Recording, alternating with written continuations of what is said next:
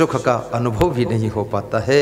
बिना कांटा चुभे दर्द कैसा होता कैसे पता चलेगा। इसलिए याद रखना, जब आप बिना टेस्ट का भोजन खाते हो तभी टेस्ट वाले भोजन को तुम धन्यवाद देते हो।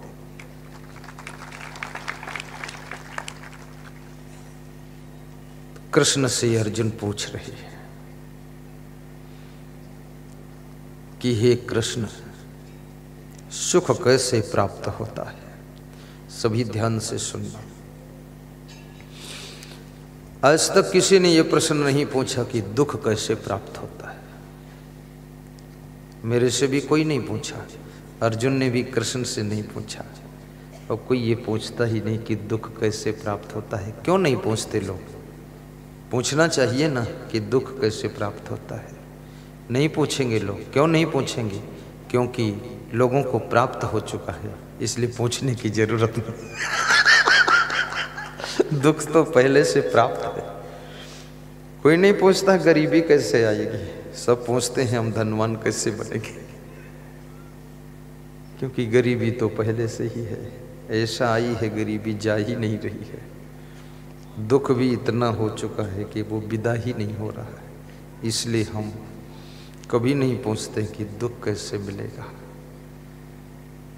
और जब तक इस जानकारी को तुम प्राप्त नहीं करोगे कि दुख कैसे मिलता है, दुख कैसे होता है, दुख कैसे आता है, दुख क्यों होता है, दुख का कारण क्या है, दुख कहाँ से आ जाता है, दुख क्यों आ जाता है, दुख कौन देता है, जब तक ये आपको पता नहीं चलेगा तब तक आपकी जिंदगी में दुख का आना बंद नहीं होगा। कितना सुख के लिए प्रयास करो लेकिन आपके जिंदगी में दुख का आना बंद नहीं होगा। फिर तो ऐसे होगा, कीचड़ लगाते रहोगे, दूसरी तरफ पानी से धोते रहोगे, लेकिन ये पता लगाओ ये हमारे कपड़ों में कीचड़ लगता कहाँ से है। जहाँ से लगता है वहीं से सावधानी बरत लीजिए, तो कीचड़ लगे ही ना तो धोने की जरूरत ही नहीं है, दुख पैदा ही ना हो तो सुख की जरूरत ही नहीं है। ये भी बात मैंने आज ही सोचा है। मैं भी बहुत दिनों से प्रवचन करता हूं पर ये शायद खोसियालेश्वर महादेव की कृपा है जो सोचा हूं। कालू बाबा हमारे पड़ोस बैठे हैं फोटो में, वो कालू बाबा है ना कि शिव बाबा है? खोसियालेश्वर कालू बाबा को बिठा दो। शंकर बाबा कालू बाबा दोनों अकेले थोड़ा डर भी लगता ना, एक बाबा है। कल कालू बाबा को भी यहाँ बिठा देना फोटो, ठीक। अखंड दीपक जल रहा है, दीप प्रज्वलन मैंने किया है। वो भक्त जी दीप लाए थे तो सोच रहे थे क्या करूं, कहाँ रखूं, कौन जलाएगा। मैंने कहा इधर लाओ, यहाँ रखो, मैं जलाऊंगा। फिर वहाँ रख दो, खोसियालेश्वर महादेव के पास में दीपक रख दो।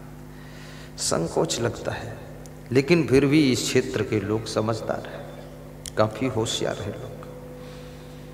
बहुत अच्छा लगा मुझे, बहनों को देख रहा था आरती का दर्शन करा रही थी, इधर भाइयों को देख रहा था वो भी दर्शन करा रहे थे, 5-6 लोग इधर भी। और दर्शन जो कर रहे थे वो ऐसे आरती लेकर उसमें अपना दान भी अर्पित कर रहे थे। आरती का दर्शन मुफ्त में नहीं किया जाता है, आरती का दर्शन कुछ दक्षिणा भेंट करके किया जाता है। याद रखना, जब आरती की थाल में तुम कुछ अर्पित करते हो तो ये सृष्टि की प्रकृति जो है ऐसा प्रसन्न होकर आशीर्वाद देती है कि जो तुम्हारी मनोकामना है वो पूर्ण होने लग जाती है। इसलिए खाली हाथ ऐसे मत घुमाया करो, थोड़ा आरती में दान भी दिया करो, लेकिन कंजूस मन देना नहीं चाहता है। किसी किसी का मन तो ऐसा होता है कि थाली से कुछ निकाल कर अपनी जेब में रख लो। ऐसे भी लोग हैं। वो तो बहुत लोग देख रहे हैं, अगर कहीं आड़ में हो तो निकाल भी लेंगे। बहुत मन चंचल है। ई मन चंचल ई मन चोर, ई मन शुद्ध ठगहार, मन मन करते सुर नर मुनि चढ़े, मन के लक्ष्य द्वार। मन का बहुत बड़ा खेल है। जो विद्यार्थी मन को संभाल लेता है वो फर्स्ट डिवीज़न और डिक्टेंशन मार्क लाता है। जो साधु मन को संभाल लेता है वो तपस्या में श्रेष्ठ स्थान प्राप्त करता है। जो नेता मन को संभाल लेता है वो फिर क्रोध, लोभ, अहंकार को जीतकर बहुत ऊंचे पद पर पहुंचता है। जो वैज्ञानिक मन को संभाल लेता है, मन की चंचलता को वश में करता है, वो वैज्ञानिक मोबाइल की खोज करता है, कैमरों की खोज करता है, चंद्रलोक जाने के लिए यान बनाता है। सारा खेल तो मन का है। तुम घर संभाल सकते हो लेकिन मन संभालना कठिन है। तुम पार्टी संभालते हो पर मन नहीं संभालता है। कितने पार्टियों के नेता पार्टी संभाल रहे, पार्टी के मुखिया हैं, प्रांतीय अध्यक्ष, जिला अध्यक्ष, प्रदेश अध्यक्ष और राष्ट्रीय अध्यक्ष हैं, लेकिन जहाँ मन की बात आती है वहाँ घुटने टेक देते हैं, नाक रगड़ते हैं कि हे भगवान ये मन नहीं संभल रहा है। और ये मन नहीं संभलेगा तो आपके हाथों से पार्टी भी ठीक ठीक नहीं संभल सकती है। जिसका मन नहीं संभला है वो घर भी अच्छी तरह नहीं संभाल सकता है। जिसका मन नहीं संभला है वो साधु जीवन की साधना को भी नहीं संभाल सकता है। जिसका मन नहीं संभला है वो विद्यार्थी विद्या अध्ययन में ठीक से सफल भी नहीं हो सकता है। जिस किसान का मन नहीं संभला है वो खेती बाड़ी में भी सफल नहीं हो सकता है।